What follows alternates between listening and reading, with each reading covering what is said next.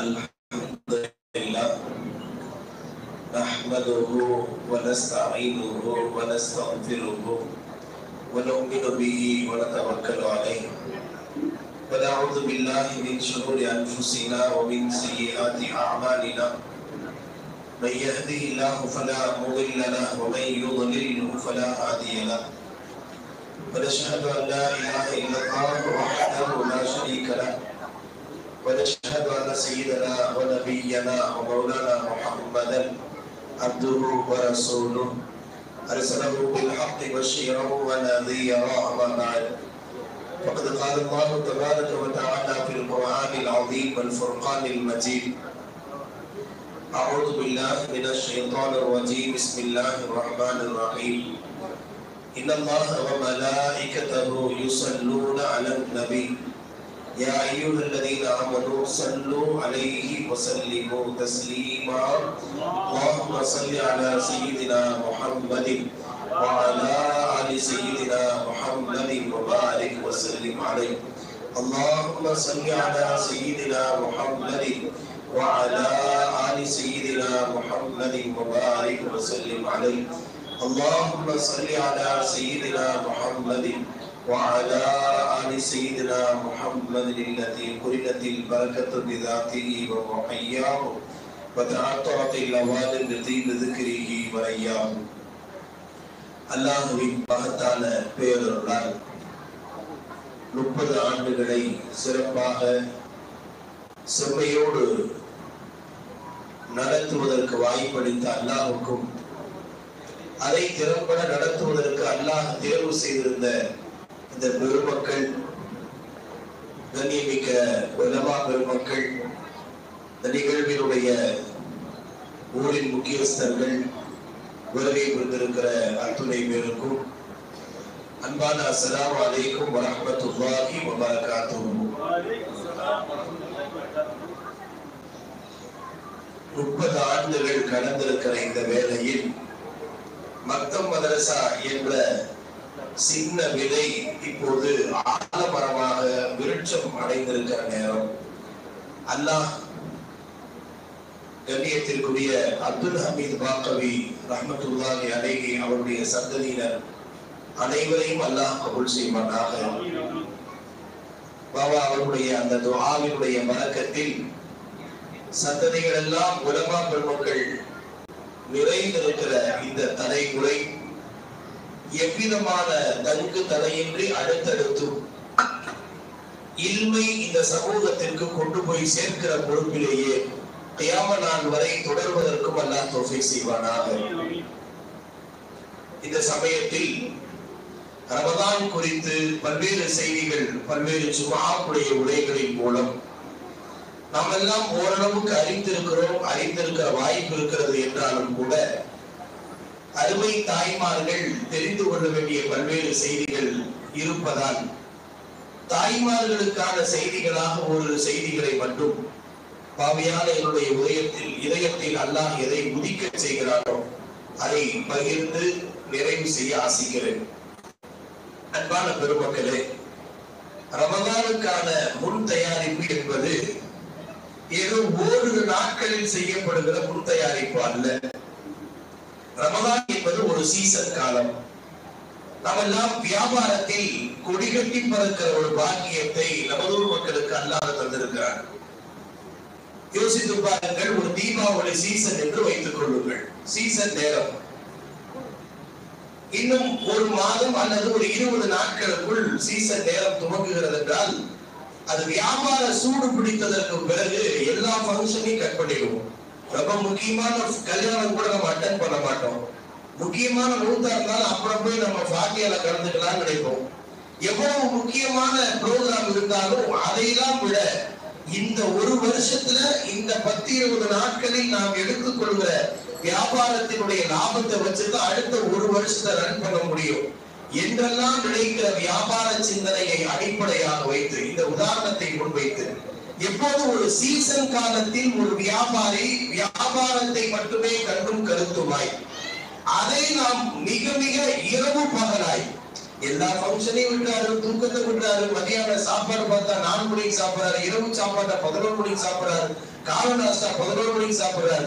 ஏன்னா business business business, profit and loss, purchase and sales, இதுலயே அவருடைய கவனம் எல்லாம் செல்கிறார்.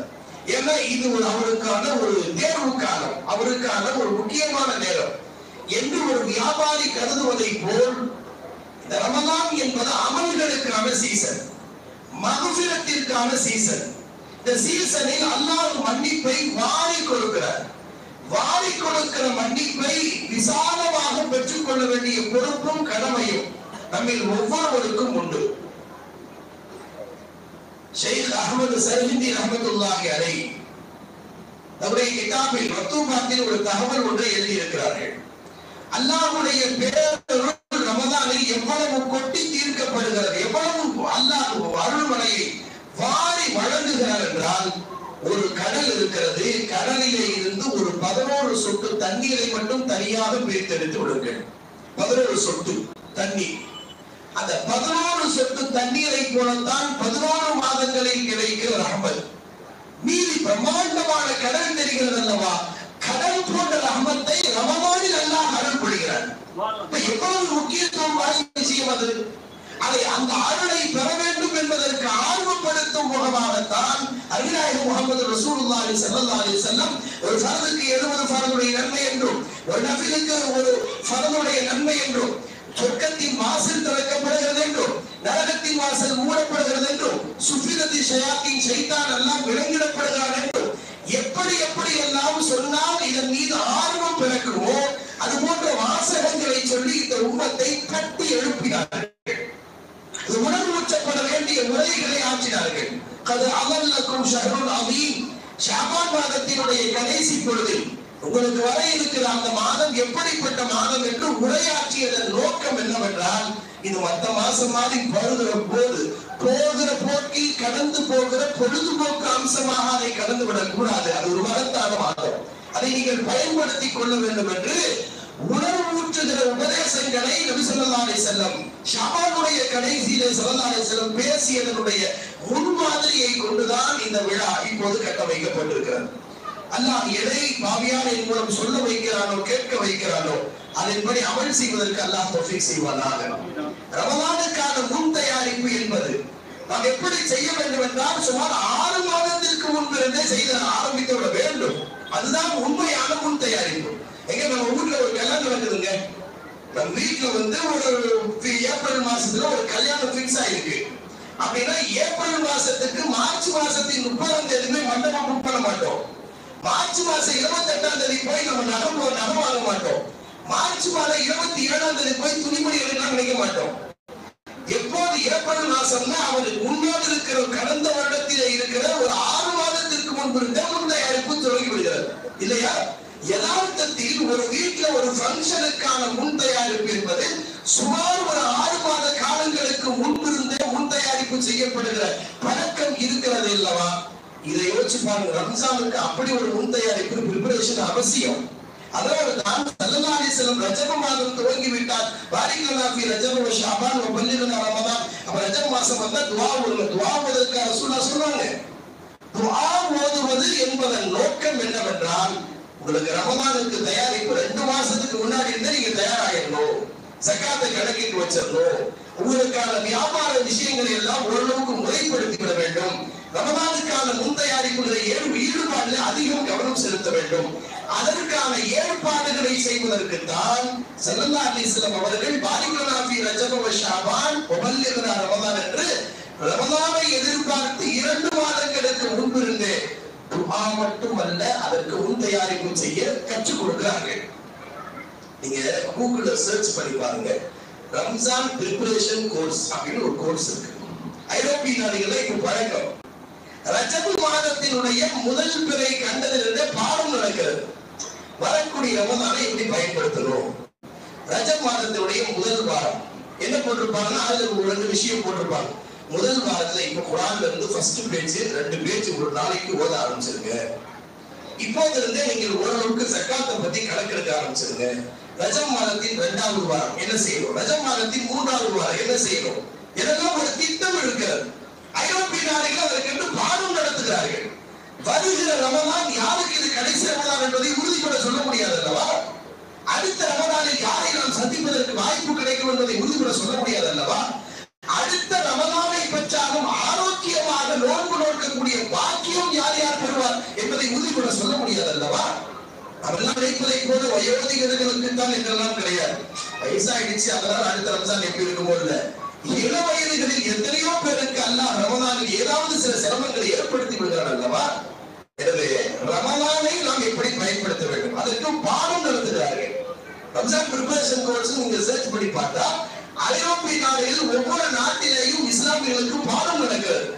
அந்த பாடத்தில் எந்த அளவுக்கு போதிக்கப்படுகிறது, ரம்ஜானுடைய ஒவ்வொரு வினாடியும் விலை மதிக்க முடியாதவை. ஒரு நிமிடம் வேஸ்ட் பண்ணக்கூடாது. ரமலான்ல எவ்வளவு பாக்கியம் இருக்கிறது என்பதை என்னுடைய உம்மத்தினர்கள் அறிந்து கொண்டார். எவ்வளவு ஆசைப்பட துவங்கி விடுவார் என்று ஸல்லல்லாஹு அலைஹி வஸல்லம் சொன்ன செய்தி பைஹக்கி உள்ளிட்ட நூல்களில் வருகிறது. எவ்வளவு ஆசைப்படும், வருஷம் பூரா ரம்ஜானா இருக்கிறது ஆசைப்படுவார்.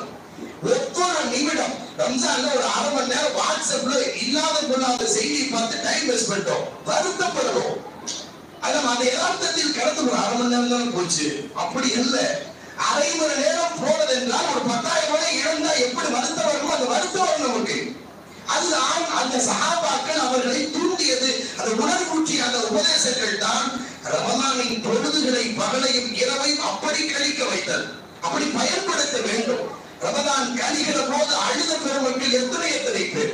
இந்த ரமலானை நான் சரியாக பயன்படுத்தினேன்னா நம் குறித்து நல்ல செய்தியை ரமலான் சொல்லுமா என்று தேம்பி அழுத பெருமக்கள் நிறைய பேர். பெருநாள் விடுத்து விட்டு பெருநாளை தொட வைத்து விட்டு வீட்டிலே வந்து அழுகிறார்கள். சஹாபாக்கள் முசாபஹா செய்த வந்த பெருமக்கள், என்ன அமீருல் முஃமினீன் ஜனாதிபதி அவர்களை ஏன் இப்படி அழுகிறீங்க? ரமலானை நான் முறையாக பயன்படுத்தினேனா என்று தெரியல, என்னை குறித்து இந்த ரமலான் என்ன சொல்ல போகிறதோ என்று நான் தேம்பி அழுது கொண்டிருக்கிறேன் என்று சொன்ன அமீருல் முஃமினீன் எங்கே, நாம் எங்கே? நாம் யதார்த்தமாக அதை கடந்து போகிறோம். அந்த பாட வகுப்பில பிரிபரேஷன் கோர்ஸ் பாடம் நடத்துறாங்க. ரம்ஜானுக்கு முன்னால, பெருநாளைக்கு ரமலானுக்கு முன் தயாரிப்புகளில் இந்த ஒரு மாசத்துல நீங்க என்ன அமல் செய்ய போறீங்க, ஒரு திட்டமிடல் வேண்டும். இந்த வருஷம் போன வருஷம் 2 குர்ஆன் ஓதுறீங்களா, இந்த வருஷம் 100 குர்ஆன் கத்தம் பண்ணணும், ஒரு திட்டம் வேண்டும். போன வருஷம் நீங்க எந்த தஸ்பீஹ் நபில் தொடர்புடைய வாய்ப்பு கிடைச்சு, இந்த வருஷம் என்ன செய்ய போறீங்க? எந்த அளவுக்கு என்றால் இஃப்தாருடைய பொழுதுகளை நாம் பெரும்பாலும் வடமச்சி போறது, சமோசா போறது, கடல் வாசி காய்ச்சல், இதுலயே நம்முடைய நேரங்காலங்களை கிடைக்கிறோம். இதுல பெரும்பாலும் அப்படியே நம்முடைய காலங்கள் கிடைக்கிறது. ஆனா 11 மாசம் அதைத்தானே திரும்ப சாப்பிட்டோம், அதையே திரும்ப இன்னும் சொல்ல போனா பசித்திருப்பதன் மூலமாக அல்லாஹ்வின் நெருக்கத்தை பெறுவதற்கு பயிற்சி அளிப்பதற்கு தான் நோன்பு. 11 மாசம் மிஸ் ஆனதெல்லாம் மொத்தமா சாப்பிடுற மாதிரி பழக்கத்தை ரமலானில் நாம் பழக்கப்படுத்தி இருக்கிறோம். இது எந்த நோக்கத்தை சிதைக்கிற வண்ணம் அல்லவா இருக்கிறது? யோசிச்சு பாருங்க. யதார்த்தத்தில்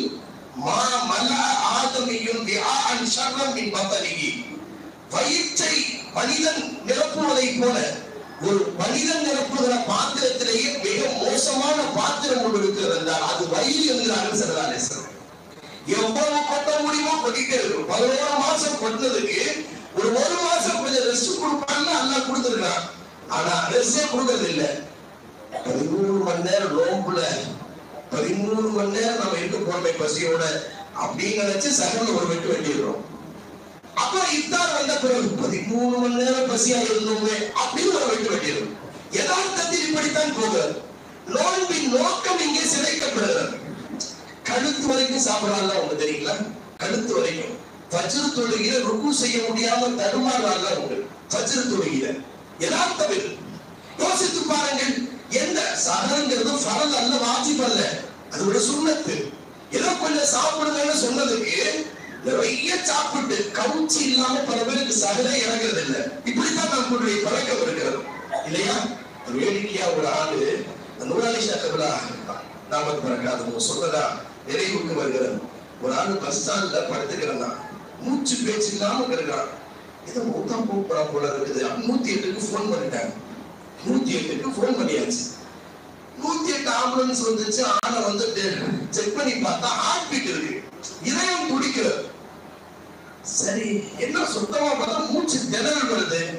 நல்லா கழிச்சா டாக்டர், சார் இவருக்கு வேற என்ன பிரச்சனை இல்லை, நல்லா சாப்பிட்டுருக்கா சார், கழுத்து வரைக்கும் சாப்பிட்டுருக்கான், புடிச்சு உடுக்கிறாங்க, கொஞ்சம் முடிச்சிட்டான் ஆளு, அப்படியே மயக்கத்துல கிடந்த ஆளு கொஞ்சம் முடிச்சிட்டான். முடிச்ச உடனே பக்கத்துல மருத்துவர் அருகில் இருந்து போன் பண்ணாங்க பாருங்க. இவருக்கு சொன்னாங்க, சார் இவருக்கு கொஞ்சம் கழுத்து வரைக்கும் சாப்பாடு போயிடுச்சு, விடாம சாப்பிட்டுருக்கான் போல, அதனால கொஞ்சம் விரல 2 விரல வாயில விட்டு வாந்தி எடுத்தா சரியா போயிடும் சார், விரல வாயில விட்டு வாந்தி எடுத்தா சரியா போயிடும் அப்படின்னு சொன்னாங்க. அப்ப அவன் முடிச்சிருந்தா பாருங்க, விழிப்பு வந்துச்சுல. அவன் சொன்னா, இந்த 2 விரல் வாயில போற அளவுக்கு கேப் இருந்தா நான் ஏன் இந்த 2 வாழைப்பழத்தை சாப்பிடாம வச்சிருக்கேன்னு சொன்னாங்க. நான் சொல்லுவதில் யதார்த்தத்தை புரிகிற செய்தி என்னவென்றால், இப்படித்தான் நம்முடைய யதார்த்தத்தில் சகரும் இஃப்தாரும் கடந்து கொண்டிருக்கிறது. நோக்கம் பசித்து இருப்பது என்பதை கடந்து 11 மாதத்தில் விடுபட்டதை எல்லாம் கலா செய்கிற போக்கிலே தான் போகிறது. இது நோன்பின் நோக்கம் அல்ல. பசித்திருப்பது, தாகித்திருப்பது, ஆசைகளை பூர்த்தி செய்யாமல் இருப்பதன் மூலம் எந்த பக்குவத்தை பெற வேண்டும் என்று அல்லாஹ்வும் ரசூலும் நமக்கு கற்பித்து தந்தார்களோ நோக்கம் சிதைந்து கொண்டிருக்கிறது. அன்பான பெருமக்களே, தயவுடன் இந்த ஹவா நஃப்ஸுக்கு, இந்த மனோ இச்சைக்கு, உணவு சாப்பிடுகிற விஷயத்தில் கொஞ்சம் கண்ட்ரோலுக்கு வரும், கொஞ்சம் கண்ட்ரோலுக்கு வரும். ஒரு விஷயம் தெரியுங்களா, உலகத்தில் பசித்திருப்பதால் பசியால் மரணித்தவர்களை விட சாப்பிட்டு மூத்தா போவது அதிகம். புள்ளிவிவரம் சொல்கிற செய்தி, நான் சொல்வது சொந்த செய்தி அல்ல. உலக நாடுகள் முழுக்க செய்யப்பட்டிருக்கிற ஆய்வின் புள்ளிவிவரம் எதை சொல்கிறது? நிறைய பசியால மரணித்தவர்களை விட, நீங்க பலஸ்தீனத்துல கசாவுல அப்படி இப்படி பசியால மூத்தா போனாலும் நீங்க கணக்கு எடுத்தா, பசியால் மரணித்தவர்களை விட அதிகம் சாப்பிட்டு மரணித்தவர்கள் தான் நிறைய பேர். அப்ப அந்த கட்டுப்பாட்டை உருவாக்குவதற்கு தான் இந்த 1 மாதமே தவிர இருப்பதை எல்லாம் இன்னும் கூடுதலாக சாப்பிடுவதற்கு பெயர் அல்ல. குறிப்பாக இஃப்தாருடைய நேரத்துக்கு 13 மணி நேரம் பசியோடு இருந்த பாருங்க. அந்த பசியோடு இருக்கிற போது நமக்கு ஆக்தியல் ஒரு பணிவு இயல்பாகவே வருகிறது. நீங்க நல்ல தெம்பா இருக்கும்போது பேசுற பேச்சும், பசி வந்த பிறகு கூடி குறுகி வருகின்ற அந்த பணிவு இருக்கிறது அல்லவா, அது அல்லாஹ்வுக்கு மிகவும் பிரியமானது. சாதாரணமா நினைச்சிடக்கூடாது. பசி வந்தால் 10 பறந்து போகும் என்றால் அந்த அவனுடைய அந்த பசியினுடைய நேரத்தில் அவன் இயல்பாகவே பணிவில் கூடி குறுகி விடுகிறார். சர்க்கஸ்ல பாருங்க, யானை புலி அது இது என்னென்னமோ பயிற்சி கொடுக்கலாம். இவன் சைக்கிள் ஓட்ட சொன்னா ஓட்டுது, இவன் குடிய சொன்னா சின்ன சேலை வச்சு யானை எவ்வளவு பிரம்மாண்டமான யானை எப்படி கண்ட்ரோல் பண்றான்? பசி பட்டியல மாட்டி வதச்சவன இவன் சொல்றதெல்லாம் கேள்வி. எவ்வளவு பிரம்மாண்டமான ஒரு யானை கூட பசி வந்த பிறகு இவன் கொடுக்கிற கொஞ்ச நஞ்சத்துக்காக இவன் சொல்ற பேச்செல்லாம் கேட்கலாம், இறங்கி வந்து பாருங்க. அந்த பணிவு உணர்ச்சி என்பது பசியில் தான் வருகிறது.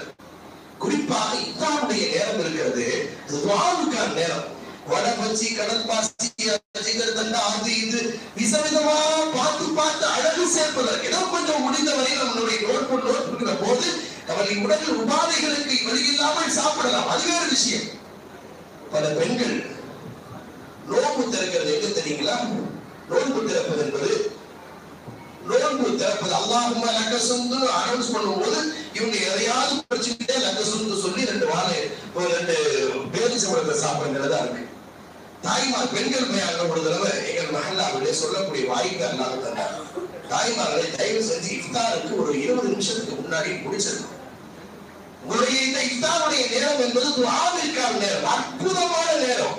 அந்த சமயத்தில் உங்கள் குடும்பத்திற்கு, உங்கள் பிள்ளைகளுக்கு கூட்டோடு சேர்ந்து அமர்ந்து உங்கள் ரப்போடு உரையாட வேண்டிய உங்க பிள்ளைக்கு நீங்க ஒரு 5 நிமிஷம் துஆ செய்யணும், எல்லாரும் ஆமீன் சொல்லணும். உங்க பிள்ளை துஆ செய்யணும், எல்லாரும் ஆமீன் சொல்லணும். அப்படிப்பட்ட நேரம். அதுல மரபட்சியும் பொறிச்சுக்கிட்டு அதை பொறிச்சுக்கிட்டு நேற்று சமோசா, இன்னைக்கு வடை, இன்னைக்கு நாளைக்கு பக்கோடா, இப்படி பொறிக்க வேண்டிய நேரம் இல்லை அப்படின்னு சொன்ன உடனே ஒரு துண்டு சீட்டு வந்துச்சு. மறக்காம இவ சும்மா சொல்லுங்க சார், அவங்க இப்படி எல்லாம் சொல்றாங்க என்று சொல்லுகிற போது ஆண்கள் எப்படி எல்லாம் இப்படி பழக்கப்படுத்தி வச்சிருக்காங்க, சூடா சாப்பிடணும், சுவையா சாப்பிடணும், வெரைட்டியா சாப்பிடணும்னு சொல்லி எங்களை இப்படி எல்லாம் நினைக்க வைப்பது, இப்படி செய்ய வைப்பது அவர்கள் தான். மறக்காமல் அவர்களுக்கும் நீங்கள் இதை சொல்லுங்கள் என்று ஒரு அம்மா எழுதி கொடுக்குது.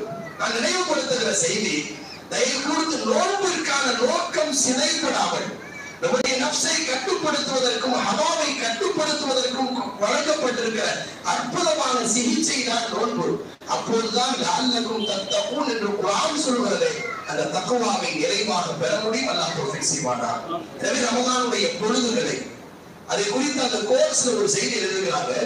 ரம்ஜானுடைய கடைசி ஷாபான் மாச கடைசி வந்துட்டா நீங்க இந்த 30 நாளைக்கு இஃப்தாருடைய நேரத்துல எத்தனை பேரிச்சம்பளம் நீங்க யூஸ் பண்ணுவீங்களோ நோன்பு திறக்கும் போது அந்த பேரிச்சம்பளத்துல கொட்டையெல்லாம் உரிச்சு ஒரு பாக்ஸ்ல போட்டு வச்சுக்கோங்க.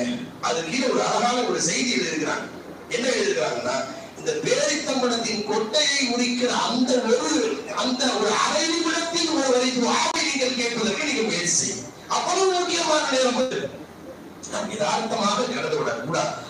எனவே ரமலானை நிரப்பமாக குர்ஆன் ஓதுவதில் போட்டி போடுவதில் நோன்புகளை நம்முடைய பிள்ளைகளை கூடி கூடி ஆர்வப்படுத்துவது. சஹாபாக்கள் சொல்கிறார்கள், எங்கள் பிள்ளைகளை நோன்பு நோக்க வைத்து ஆர்வப்படுத்துவோம். அப்படி ஒரு ஆர்வம் ஊட்டுதல் என்பது இப்போது தேவை. எங்கள் ஊர்ல தாருசலாம் மெட்ரிகுலேஷன் ஸ்கூல் இருக்கு. மன்னாராஜியார் அரபியத்துறை மறுப்பேன் ஒரு நல்ல அழகான பழக்கத்தை உண்டாக்கிட்டார். என்னன்னு சொன்னா, ஒவ்வொரு நாளும் ரமலானுடைய முதல் நாள்ல இருந்து ஸ்கூல்ல ஒரு பழக்கம், தட்டு நிறைய 5 ரூபாய் காயின்ஸ் போட்டு வச்சிருப்பாங்க. வர்ற ஒவ்வொரு பிள்ளையா நோன்பு வச்சுட்டு வந்துச்சுன்னா அதுல ஒரு 5 ரூபாய் கையில எடுத்துட்டு போயிருக்கும். வர்ற பிள்ளை ஒவ்வொரு பிள்ளையும் நோன்பு வைத்த பிள்ளைகள் ஒவ்வொருவரும் சின்னது பெருசுலாம் இல்லை, எல்லாருக்கும் ஒவ்வொரு நாளும் பிரேயர் முடிச்ச உடனே கை தட்டு நிறைய அவங்க பேரிச்ச மாதிரி தட்டு நிறைய காயின்ஸ் போட்டு வச்சிருப்பாங்க. நோன்பு காசு, நோன்பு வைத்ததற்கான உற்சாகப்படுத்துகிற காசு எல்லாம் வச்சிருப்பாங்க. ஒவ்வொரு பிள்ளையா எடுத்துட்டு போகும். இப்படி நோன்பை உற்சாகப்படுத்திய அந்த பழக்கம் இன்று வரை இப்போதும் தொடர்ந்து கொண்டிருக்கிறது. ஒவ்வொரு ஊரிலையும் ஒவ்வொரு கோணத்தில் அவர்கள் செய்கிறாங்க. சஹாபாக்கள் சொல்றாங்க, சின்ன பிள்ளைகளை நாங்கள் நோன்பு நோக்க ஆர்வம் ஊட்டுவோம். நோன்பு வைப்பார்கள். ஒரு மாலை பொழுது வருகிற போது இயல்பாகவே அந்த பிள்ளைகள் பசிக்கிறது என்று சொல்லும். என்ன செய்வார்களா அந்த சஹாபாக்கள்? டாய்ஸ் விளையாட்டு பொருட்களை கொடுத்து கவனத்தை டைவர்ட் பண்ணுவார்கள், சிந்தனையை மாற்றுவார்கள். எப்படியாவது அவளை பசியோடு இருப்பதை வேறு பக்கம் திசை திருப்பி முழு நோன்பு நோக்க வைக்க முயற்சி செய்வார்கள். அல்லாஹ் நமக்கும் அப்படிப்பட்ட தௌஃபீகை தருவானா? நமக்கு அப்படி ஒரு அழகான பாரம்பரியம் மீட்டெடுக்கப்பட்டிருக்கிறது. அழகான ஒரு பண்பாட்டை நமது முன்னோர்கள் கற்பித்ததன் பழக்கத்தால் இன்று வரை 90% சிறுவர்கள் நோன்பு நோக்கிறார்கள். ஆனால் அதனை பழக்கப்படுத்தாததன் விளைவு பின்னால் ஒரு பெரும் பாதிப்பை ஏற்படுத்துகிறது. ஒரு 65 வயது நிரம்ப பெற்ற ஒரு முதியவர் கடந்த காலத்தில் வந்து என்னால் நோன்பு வைக்க முடியல, அதனால அதுக்கு என்ன பரிகாரம்? ஏன் நோன்பு வைக்க முடியல? எனக்கு சின்ன வயசுல வந்து எனக்கு பசி தாங்க மாட்டேன், நீங்க அம்மா நோன்பு வச்சு பழக்கல, இதுவரைக்கும் நான் அப்படியே பழகிட்டேன். நான் சொல்லுவது பெற்றோர்கள் செல்லம் கொடுப்பதில் துவங்கி அந்த நோன்பு விடுவதனுடைய பழக்கம் 60 ஆண்டுகளாக நோன்பு நோக்காமலே கிடைத்திருக்கிறார். இதனால் எங்களுடைய ரமலான் அவரை குறித்து நாளை மறுமையில் 60 ஆண்டுகால ரமலான் அவரை குறித்து என்ன சொல்லும்? இதை குறித்து பயப்படாமல் கொஞ்சம் முயற்சி பண்ணி பாருங்க. இல்லைங்க 60 வருஷம் தான் 65 வருஷம் தாண்டிடுச்சு, என்னால முடியல என்று சொல்றார். நான் சொல்லுவது, அவர் மட்டும் குற்றவாளி அல்ல, அவரை அப்படி பழக்கப்படுத்தாத பெற்றோர்களும் குற்றவாளி கொண்டு ஏற்றப்படுவார். நல்லா பாதுகாப்பானா? எனவே அப்படி ஒரு பண்பாட்டை உருவாக்க வேண்டும். ரமலான் என்பது ஷஹ்ரு சதகா, நிரப்பமாக சதகா செய்ய வேண்டிய மாதம். ஸல்லல்லாஹு அலைஹி வஸல்லம் கரீஹில் முர்ஸலா, வீசும் காற்றை விட வேகமாக சதகா செய்வார்கள் என்று நாம் படிக்கிறோம். ஹதீஸில் வந்திருக்கிறது. வீசும் காற்றை விட வேகம்னா என்ன அர்த்தம்? காத்து வேகமா அடிக்குதுன்னா இங்கெல்லாம் ஃபேன் போட்டுருக்காங்க, கொஞ்சம் குளுமையா இருக்கு, ஒரு 10 நிமிஷம் இங்க வெயிட் பண்ணி போலாம் அப்படின்னு எந்த காத்து இருக்காது. காற்று ஒரு பக்கம் வருகிறது என்றால் மறுபக்கம் வெளியே போய்விடும். ஒரு ஜன்னல் வழியாக வந்தால் மறு ஜன்னல் வழியாக வெளியே போய்விடும், காற்று தங்காது. அதுபோல் ஸல்லல்லாஹு அலைஹி வஸல்லம் அவர்களுக்கு சதகாவினுடைய ரமலானை எப்படி சதகா செய்வார்கள்? வர்ற வேகத்தில் வெளியே போயிடும், வர்ற வேகத்தில் வெளியே போயிடும், எதுவும் அடிக்காது. ஆயிஷா ரலியல்லாஹு அன்ஹா அவர்களுக்கு சுபுடைய நேரத்தில் ஒரு ரமலானுடைய பொழுது சுபுடைய நேரம் 12,000 தங்க நாணயங்கள் வழங்கப்படுகிறது, வந்து சேர்கிறது. அவங்க என்ன செய்யறாங்க? 12,000 தங்க நாணயங்கள் அடிமை பண்ண கூப்பிட்டு வரவங்களுக்கெல்லாம் வாரி வாரி கொடுத்துருப்பான். நீ கணக்கு பார்த்து கொடுக்காத, அல்லாஹ் கணக்கு பார்த்தா கொடுத்துருவான் அப்படின்னு ஸல்லல்லாஹு அலைஹி வஸல்லம் ஆயிஷா கிட்ட சொல்லியிருந்தாங்க. அதனால வரவங்க ஒரு குற்று. இது தங்க நாணயம், நான் சொல்றது 5 ரூபா 10 ரூபா நாணயம் அல்ல, தங்க நாணயங்களை கொடுத்து கடைசியாக என்ன ஆகிறது என்றால் இஃப்தாருடைய நேரம் வருகிறது. இஃப்தாருடைய நேரம். அப்போது ஆயிஷா ரலியல்லாஹு அன்ஹா அடிமை பெண்ணை பார்த்து கேட்கிறார்கள், இஃப்தாருக்கு என்னமா இருக்கு? ஒண்ணுமே இல்லை. முன்னாடியே சொல்லிருந்தா பேரிச்சம்பழத்துக்காவது கொஞ்சம் நாணயத்தை விட்டு வச்சிருக்கலாமா, எல்லாத்தையுமே கொடுத்துட்டியாவும் கேட்கிறார். இப்ப தன்னுடைய தேவை என்ன என்பதையே புரியாமல், அதை குறித்தே கவனம் இல்லாமல் அவ்வளவு சதக்காக்களை வாரி கொடுத்திருக்கிறார்கள். அப்படி சதக்கா செய்ய வேண்டிய பழக்கம் பெரியவர்கள் மட்டுமல்ல, சிறார்களுக்கும் பழக்கப்படுத்தப்பட வேண்டும். அப்படி ஒரு பண்பாடு உருவாக்கப்பட வேண்டும். ரமலான் என்பது இபாதத் செய்ய வேண்டிய மாதம். ரமலான் என்பது துஆவில் அதிகம் ஈடுபடுத்தப்பட வேண்டிய மாதம். ரமலான் என்பது அதிகம் சதக்காவில். சதக்கா என்றால் ஏதோ 5-10 சதக்கா செஞ்சதோட முடிச்ச விஷயம் இல்ல, ஜகாத்தை நிரப்பமாக வழங்க வேண்டும். எங்க ஊர்ல ஒரு 30 வருஷத்துக்கு முன்னால ஷாபுல் ஹமீத் அசத்னு ஒருத்தர் இருந்திருக்கிறார். ஒரு அழகான பழக்கத்தை உண்டாக்கி வச்சுட்டு போயிட்டார். அல்லாஹ் அவர்களை கபூல் செய்வானா, அவருடைய சேவைகளை கபூல் செய்வானா. நான் 2009ஆவது ஆண்டு சேலத்தில் முதல்ல என்ட்ரி ஆகும் போது அந்த பழக்கத்தை குறித்து சொன்னார்கள். அழகான பண்பாடு. என்ன செஞ்சார்னா, பதில் சஹாபாக்கள் 17ஆவது இரவு அன்று நபி ஸல்லல்லாஹு அலைஹி வஸல்லத்தினுடைய தோழர்கள் 313 பேர் பதில் சஹாபாக்கள் எல்லோரும் சேர்ந்து போர் செஞ்சாங்க. அவங்க எல்லாம் இன்துஹலிக ஹாதல் இஸாபத்து ஃபலாத் வபதா, யாரெல்லாம் இந்த கூட்டம் அழிக்கப்பட்டா இனி அல்லாஹ்னு சொல்றது உன்னை இபாதத் செய்யறதுக்கு ஆளுக்கு மனதுவா செஞ்சாங்க, போராடினார்கள், வெற்றி பெற்றார்கள். என்னெல்லாம் படிக்கிறவங்க பதில் சஹாபாக்கள் உயிரை கொடுத்தார்கள். உயிரை கொடுத்தார்கள். ஏன் நாம உயிரை கொடுக்கிற அளவுக்கு நாம ஒன்றும் கஸா மக்களும் பலஸ்தீன மக்களா அல்ல, இந்தியாவோட எல்லாம் வாழ வச்சிருக்கிறோம். அதனால உயிரை கொடுக்காவிட்டால் பரவாயில்ல, பொருளை கொடுப்போம் அல்லாஹ்வுக்காக. ஜாஹிதும் பி அம்வாலிக்கும் அன்ஃபுசிக்கும், பொருளாதாரத்தை செலவு செய்கிற முதல் பொருளாதாரத்தின் மூலமாக பொருளை செலவு செய்வதன் மூலம் ஜிஹாத் செய்ய. அதன் பிறகு இரண்டாவதாகத்தான் உயிரின் கொடுப்பதன் மூலமாக ஜிஹாத் செய்யும். இரண்டாவது பட்சமாக தான் அல்லாஹ் சொல்றார். அதனால அந்த ஆசிரியர், அந்த இமாம் பெருந்தரை ஒரு பழக்கத்தை உண்டாக்குனார். என்னன்னா, எல்லாரும் வீட்டிலும் ஒரு உண்டியல் வச்சுக்கணும். பதில் சஹாபாக்கள் பெயரில் என்ன செய்வார்கள், அவங்க சஹாபி பேரை சொல்லி துஆ செஞ்சு 17ஆவது இரவு முடிஞ்சிட்டு அதோட க்ளோஸ் பண்ணிடுறது இல்ல. பதில் சஹாபிகள் நம்முடைய வாழ்க்கையில் அனுதினமும் நினைவு கூறப்பட வேண்டியவர்கள். அதற்கு ஒரு அழகான பழக்கமாய் ஒரு உண்டியல் வாங்கி வச்சுக்கணும். என்ன 1 ரூபா 2 ரூபா மிச்சமாகுதா, இன்னைக்கு அபூபக்கர் ரலியல்லாஹு பேர்ல ஒரு 1 ரூபா, நாளைக்கு உமர் ரலியல்லாஹு பேர்ல 1 ரூபா, அடுத்த நாள் உஸ்மான் ரலியல்லாஹு பேர்ல 1 ரூபா, அடுத்த நாள் அலி ரலியல்லாஹு பேர்ல 1 ரூபா, அடுத்த நாள் அபூ ஹுரைரா ரலியல்லாஹு பேர்ல 1 ரூபா. என்ன 1 ரூபாய் 2 ரூபாய் ஏதோ ஒண்ணு அப்படியே வருஷம் பூரா சேமிச்சுட்டே வரணும். சின்ன பிள்ளைகளுக்கு பழக்கப்படுத்துகிறார்கள். ரமலான் அடுத்த 17ஆவது இரவு வருகிற போது முதல் நாள் அந்த பதில் சஹாபாக்களின் பெயரால் சேமிக்கப்பட்ட செல்வத்தை அவர்களில் அதிக இருக்கிற அண்டை வீட்டார் உறவுகள், நெருக்கமானவங்க, தகுதி உள்ளவங்க, மருத்துவ தேவை உள்ளவங்க, திருமண தேவை உள்ளவங்க, மருத்துவ தேவை உள்ளவர்கள், எத்தனையோ தகுதி உள்ளவங்க இருக்கிறாங்க இல்லையா, அந்த தகுதி உள்ளவர்களுக்கு பதில் சஹாபாக்களின் பெயரும் அதை சதக்கா செய்து கொள்ள வேண்டும். இப்படி ஒரு பழக்கத்தை உண்டாக்கி வச்சிட்டார் அந்த பெருந்தவை. நான் இப்படி போகும்போது உண்டியில கொடுத்துருக்கீங்க, என்ன செய்யறது? அப்ப இந்த வரலாறு எல்லாம் தெரிஞ்சுக்கிட்டோம். ஒவ்வொரு இடத்திலேயும் ஒவ்வொரு பழக்கம் இருக்கிறது. இந்தோனேஷியாவை பொறுத்தவரை உலகத்திலேயே அதிகம் ஹஜ் செய்கிற ஹாஜிகள் இங்கன்னா இந்தோனேஷியா. ஏன்னா அவங்களுக்கு பிறந்து வளர்கிற போது அவங்களுக்கு ஒரு பழக்கம் இருக்கு. ஃபர்ஸ்ட் உண்டியல் சேர்த்து ஹஜ்ஜுக்கு தான் சேமிப்பாங்க.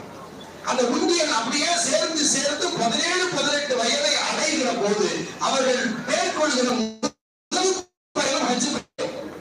ஹஜ் செய்யாவிட்டால் அங்கே பெண்ணை கொடுப்பதற்கு யோசிப்பார்கள். அந்த நாட்டுடைய பழக்கம் அவர் லட்சியத்தோடு உருவாக்குகிற ஒரு பண்பாடு அந்த நாட்டில் இருக்கு.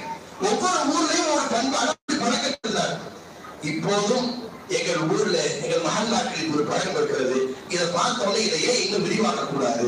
17ஆவது இரவு அன்று ஒவ்வொரு வருஷமும் ஒரு 500 உண்டியல் வாங்கி வரிசையா வச்சிருவோம்.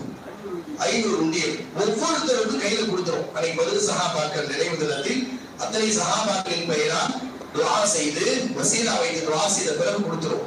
அடுத்த ஒரு வருஷம் முடிஞ்சு அடுத்த 17ஆவது இரவு வருகிற போது அந்த பதில் சஹாபா ஒவ்வொருத்தரும் ஒவ்வொரு விதமா சதக்கா செஞ்சிருப்பாங்க. ஒருவர் மருத்துவத்திற்கு, ஒருத்தர் கல்விக்கு, ஒருத்தர் ஏழைக்கு, ஒருத்தருக்கு மதரசாவுக்கு, ஏதோ ஒரு வகையில் சதக்காவை பரவலாக்குகிற பண்பாடு. சும்மா செய்யும் சொன்னா அவ்வளவு கொடுக்கணுமா இவ்வளவு கொடுக்கணுமா யோசிப்போம் இல்லையா? இதில் ஒரு முக்கிய தகவலையான அனுபவத்தை செய்தியை சொல்றேன். கரோனா லாக்டவுன் பீரியட் 2020 துவக்கி இருக்கிற முதல் கரோனாவுடைய டைம். அந்த நேரத்தில் ஒரு ஆட்டோ தொழிலாளி ஒருவர் வருகிறார், ஆட்டோக்காரர். அப்ப சொல்றாரு, ஸ்கூல் எல்லாம் நின்று போச்சுங்க சார், அதனால நாங்க ஆட்டோ ஓட்டி குறைப்பதற்கு வழி இல்லை, என் மனைவி கொஞ்சம் தையல் தெரியும், ஒரு தையல் மிஷின் மட்டும் உங்க சேவைக்குழு சார்பா வாங்கி கொடுங்க அப்படின்னு கேட்கிறாரு. சரிங்க, இன்ஷா அல்லாஹ் உங்களுக்கு ஏற்பாடுகளை பற்றி அல்லாஹ்விடத்திலே முதல்ல நீங்க கேளுங்க, அல்லாஹ் ஏதோ ஒரு வாசனை தரப்ப நம்ம தரப்பு சில முயற்சி செய்யலாம் சொல்லி அனுப்பியாச்சு. 2வது நாள் வருகிறார். அவர் ஒரு சின்ன குண்டியில தூக்கிட்டு வர்றார். என்னங்க பதில் சஹாபாக்கள் விஷயமா போன வருஷம் நீங்க ரம்ஜான்ல சொன்னீங்க இல்ல, அந்த குண்டியல் எங்க இது எதுக்கு? அல்லாஹ்வுடைய பாதையில சதகா செய்யறதுக்கு, பதில் சஹாபாக்கள் பேர்ல சேமிச்சது. நீங்களே கஷ்டப்பாடி டோட்டல் லாக்டவுன் பேர்ல ஒண்ணுமே இல்லை, ஆட்டோ சுத்தமா ஓடல, ஒரு ஸ்கூல் நடக்குது, உங்களுக்கு கஷ்டம் அது வேற சார். அவர் சொல்றாரு, நான் ஏன் கஷ்டம் நான் உங்கள்கிட்ட சொன்னேன், உங்கள்கிட்ட உதவி கிடைக்கும், அது வேற விஷயம். என் புள்ள ஆசையாக அல்லாஹ்வுக்காக பதில் சஹாபாக்களின் பெயரால் சேமிக்கிறது, அது அவங்களுக்காக தான் நான் செலவு செய்வேன். நான் என் சொந்தத்துக்காக தேவைக்காக எடுக்கிறது ஒருபோதும் எனக்கு முறை அல்ல. கடைசியாக எப்படி சேமிச்சிச்சு? ஒவ்வொரு நாளும் ஆட்டோ முடிச்சுட்டு வரும்போது ஏதாவது கையில சில்லறை காசு இருக்கும் பாருங்க, அது என் ஜோப்பில் இருந்து நான் எடுக்கிற போது, காக்கி சட்டையை கழற்றுகிற போது கிடைக்கிற அந்த சொற்ப காசுகளை சில்லறைகளை எப்ப கையில கொடுக்கும், அது 2 ரூபாயோ 5 ரூபாயோ அதையெல்லாம் உண்டியில போட்டுட்டே இருக்கும். ஒவ்வொரு சஹாபி பேரை சொல்லி போட்டே இருக்கும். ஒரு வருஷம் ஆயிடுச்சா சார், அதை கொடுத்து அப்படி கொடுத்தாரு. உடைச்சு பார்த்தா 3233 ரூபாய். அவருடைய யதார்த்த சிந்தனை, அவர் தன் தேவைகளை குறித்து லாக்டவுன் டைம்ல யோசிக்கல, அல்லாஹ்வுக்காக அவர் செய்ய வேண்டும் என்ற அந்த முனைப்போடு ஒரு சின்னஞ்சிறுமியினுடைய சேமிப்பை கொண்டு வந்து அல்லாஹ்வுக்காக கொடுக்கிறார். எதை இதை சொல்லப்படுவதன் நோக்கம் என்னவென்றால், சதகாவை பரவலாக்குதல் என்பது இப்போதெல்லாம் இப்போ ட்ரெண்ட் எப்படி இருக்குன்னா, ஜகாத்னா எவ்வளவு கணக்கு பார்த்து இத்தனை ரூபாய் கொடுக்கணும் என்பதெல்லாம் இல்லாம வெறும் 5000 ரூபாய் 10,000 கொடுத்த மாதிரி ஒரு ஃபீலிங்ஸ். அப்படியா ஜகாத்தை சொல்லி இருக்கிறது? வணக்கம், யோசித்து பாருங்கள். வெறும் 5000 10,000 ஒரு 10 ரூபாய் நோட்டு, 20 ரூபாய் நோட்டு, 5 ரூபாய் நோட்டை பிரிச்சு 5 ரூபாய் வச்சுக்கிட்டு வர முசாஃபிர்கள் கொடுத்த ஜகாத்து செல்லிரும். அப்படி முடிச்சு போகிற விஷயம் அல்லாது, அது உண்மையாக பரவலாக ஆக்கப்பட வேண்டும். குறிப்பாக ஜகாத்தை கடந்து சதகா என்கிற உபரியான அந்த தான தர்மங்கள் என்பது கொடுக்கப்பட வேண்டும். எனக்கு வசதி அப்படி கடந்து போய்விடக்கூடாது. என்னால் என்ன முடியும், உயர்ந்த கை தாழ்ந்த கையை விட சிறந்தது என்றால் எப்போது நான் உயர்ந்த கையாக ஆக வேண்டும் என்ற உணர்வு வர வேண்டும். கொடுப்பதன் மூலம்தான் உயர்ந்த கையாக ஆக முடியும். அப்படிப்பட்ட உணர்வுகள் வேண்டும்.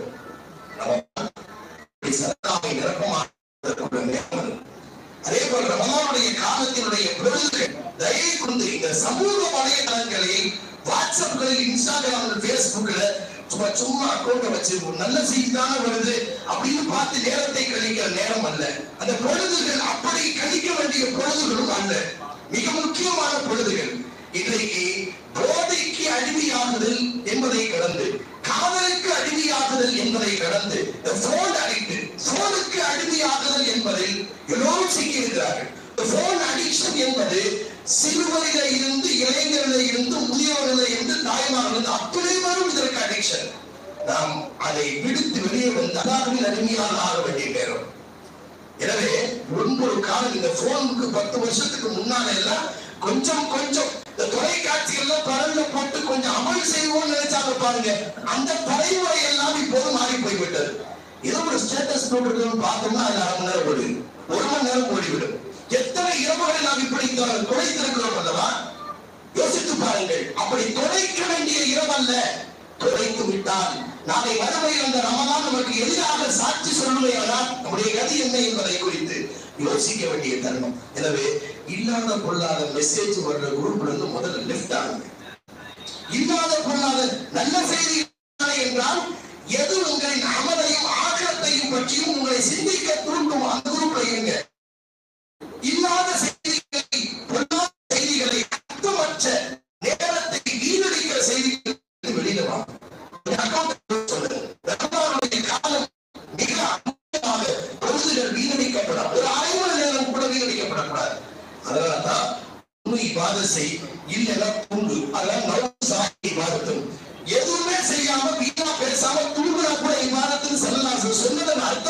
பொழுதுகள் தான் மறைந்திருப்பதாய் ஹதீஸுக்கள் வல்லுநர்கள் சொல்கிறார்கள். எனவே ஒவ்வொரு பொழுதுகளும் குறிப்பாய் ரமதானோட அல்லாத காலங்களில் கிடைக்காத ஒரு பாக்கியத்தை தஹஜ்ஜத் அது ரமதான்ல கிடைக்குது. நம்ம தஹஜ்ஜத்தின் முக்கியத்துவத்தை குறித்து எவ்வளவு பேசினாலும் கடைசி பொழுதில் சூரிய உதயம் 10 நிமிடத்திற்கு முன்னால் எழுந்து இல்லையா சகல் சாப்பாட்டுக்கு எதிர்க்கிற காரணத்தை வச்சு தஹஜ்ஜத்தை அல்லாஹ் இயல்பாகவே தருகிறார். 30 தஹஜ்ஜத்தை மிஸ் பண்ணக்கூடாது. நம்ம சகல் சாப்பிடுறது ஒரு 4 ரக்காத் தொழுதுதான் முடிஞ்சு போச்சு பாங்கு சொல்ற வரைக்கும் வெயிட் பண்ணி அப்படி கிடக்கக்கூடாது. அந்த தஹஜ்ஜுடைய பொழுதுகள் பாங்கு சொல்லப்படுகிற வரை இருக்கிறது. எனவே அது பாவ மன்னிப்பை தேடுவதற்கோ குர்ஆனை ஓதுவதற்கோ ஏதோ நம்முடைய பாவங்கள் கழிவதற்கு ஏதோ நினைத்து அழுவதற்கோ நம்முடைய தேவைகள் நினைத்து அல்லாஹ்விடத்தில் மன்றாடுவதற்காக பயன்படுத்தப்பட வேண்டும். அந்த பொழுதுகள் தஹஜ்ஜுடைய பொழுதுகள் மிக முக்கியமானவை. அந்த நடுவிசி இரவு நேரத்தில் தஹஜ்ஜுடைய பொழுதில் அல்லாஹ்வுடைய சமூகத்தில் நின்று வணங்கி அல்லாஹ்விடத்தில் கேட்பவர் இருக்கிறாரே அவர் அல்லாஹ் ஒரு பொழுது ஏமாற்ற என்னென்ன கேட்கணும் தோணுதோ அது குடும்ப பிரச்சனையோ கடன் பிரச்சனையோ குழந்தை பிரச்சனையோ மனைவி மக்களின் பிரச்சனை என்ன பிரச்சனை எல்லாம் இருக்கிறதோ ரப்பின் சமூகத்தில் கொட்டி தீர்க்க வேண்டிய நேரம் அது. அந்த பொழுது அப்படி அந்த இரவு நேரத்தில் கேட்பதை ஒருபோதும் அல்ல மறுப்பதே இல்லை. முதல் வாரத்திற்கு வந்து கேட்கிற அந்த நேரம் இதை கொடுத்து ரமதானுடைய 30 நாட்களையும் அப்படி நாம் பயன்படுத்துவதற்கு முயற்சிக்க வேண்டும். முதல்ல டைமிங் மேனேஜ்மெண்ட் அவசியம். டைமிங் மேனேஜ்மெண்ட் அல்லாஹ்வுடைய பழக்கம் அது. டே பிளான் இருக்கணும், மந்த்லி பிளான் இருக்கணும், வீக்லி பிளான் இருக்கணும். ஸல்லல்லாஹு அலைஹி வஸல்லமுடைய சுன்னத்துகளை நீங்கள் தேடி பார்த்தால் நேரம் கிடைக்கிறப்ப ஏதாவது அமல் செய்யலாம்னு இருக்காது. ஒவ்வொரு விஷயத்தையும் அழகாய் திட்டமிடுவார்கள் ஸல்லல்லாஹு அலைஹி வஸல்லம். பகல்ல என்ன செய்யணும், மதியானம் என்ன செய்யணும், அசர்ல என்ன செய்யணும், மகரிப் என்ன செய்யணும், ஒரு திட்டம் இருக்கும் ரசூல் ஸல்லல்லாஹு அலைஹி வஸல்லம். அதன்படிதான் செயல்படுவாங்க. ஸல்லல்லாஹு அலைஹி வஸல்லம் தூங்குவதற்கு என்று ஒரு நேரம் இருக்கும். அந்த நேரத்தில் மட்டும்தான் தூங்குவாங்க. கண்ட நேரத்தில் தூங்குற பழக்கம் இருக்காது. கையுடன் அது கூட நேரம் மட்டும்தான். ஒவ்வொரு அசருக்கு பிறகு மனைவிமார்களை சந்திப்பதற்கு நேரம். அசருக்கு முன்னாலே ஸல்லல்லாஹு அலைஹி வஸல்லம் தண்ணீரை பார்த்தோ அல்லது கண்ணாடியை பார்த்தோ அழகாய் சீவி தன்னை அழகுபடுத்திக் கொண்ட பிறகு ஒவ்வொரு மனைவியின் வீடாக சந்திப்பார். அசருக்கு மனைவி சந்திப்பதற்கு அந்த நேரத்தில் மட்டும்தான் போவார். ஒவ்வொரு நேரமும் ஃபஜ்ருக்கு பிறகு ஒரு நேரம், துஹாவுடைய நேரம், சஹாபாக்களோடு ஆன்மீக மேம்பாடு குறித்து ஸ்பிரிச்சுவல் டெவலப்மெண்ட் குறித்து பேசுவதற்கான நேரம். சுபஹுக்கு பிறகு வரி செய்திகளை சொல்வதற்கான இருக்கும். ஒரு அழகான திட்டமிடுதல் என்பது அவசியம். வீக்லி பிளான், வாரத்தில் என்னென்ன செய்யணும். பயணம் போன வந்து எல்லா நேரம் போக மாட்டார். ஒரு வியாழக்கிழமை போவாங்க, ஒரு சனிக்கிழமை போவாங்க. டே பிளான், வீக்லி பிளான். பெண்களுக்கு பயானிப்பதற்கு புதன்கிழமை என்று ஒரு திட்டம் இருந்தது. புகாரி சொல்லுகிற செய்தியர் நோன்பு வைப்பதாக இருந்தால் திங்கட்கிழமை வியாழக்கிழமை நோன்பு வைப்பாங்க ஸல்லல்லாஹு அலைஹி வஸல்லம். அப்ப ஒரு வாரத்தை அழகாய் திட்டமிட்டு இருக்கிறார்கள். வெல் பிளான் ஹாஃப் டன் என்று சொல்வார்கள். திட்டமிட்டாலே பாதி செஞ்சு முடிச்ச மாதிரி. அப்படி நம்முடைய திட்டமிடுதலோடு ரமலான் கழிய வேண்டும். இந்த ரமலான் வரப்போகிறது. சுபஹுக்கு பிறகு நான் என்ன செய்ய வேண்டும், அதன் பிறகு ஓய்வெடுத்து நான் என்ன செய்ய வேண்டும், ஓய்வு நேரத்தில் நான் என்ன செய்ய வேண்டும், அசருக்கு பிறகு நான் என்ன செய்ய வேண்டும், மகரிபுக்கு பிறகு இஷாவுக்கு தராவீஹ்க்கு செல்வதற்கு பிறகு இடைப்பட்ட நேரத்தில் நான் என்ன செய்ய வேண்டும். ஒரு திட்டமிடுதல் என்பது அவசியம். ஒவ்வொருவருக்கும் அப்படிப்பட்ட திட்டமிடுதல் ஒரு அமல் சீட்டுகள் கொண்டு வந்திருக்கும். தேவைப்பட்டால் அதை வாங்கி அதை போன்று உங்களை அமைத்துக் கொள்ள முயற்சி செய்யும். ஒரு போட்டி மனப்பான்மை. இபாதத்துகள் விஷயத்தில், அல்லாஹ்வோடு உரையாடுகிற விஷயத்தில், நம்முடைய வணக்க வழிபாடுகளை பெருக்கிக் கொள்கிற விஷயத்தில் இப்படி திட்டமிடுதலோடு நம்முடைய ரமலானுக்கு அமையுமானால் சிறப்பான ரமலானாய், நமக்கான பரிந்துரை செய்கிற ரமலானாய் அமையும். அந்த ரமலானுடைய ஒவ்வொரு பொழுதும் ஒன்று குர்ஆன் ஓதுதலில் கழிய வேண்டும். அப்படி இல்லை என்றால் தஹஜ்ஜுடைய பொழுதில் அல்லாஹ்விடத்தில் துஆ செய்வதில் கழிய வேண்டும். ஒரு நாள் கூட சதக்கா செய்யாத நாள் இருக்கக்கூடாது. ஒரு நாள் கூட குர்ஆன் ஓதாத நாள் இருக்கக்கூடாது. ஒரு நாள் கூட பாவ மன்னிப்பு தேட நாள் இருக்கக்கூடாது.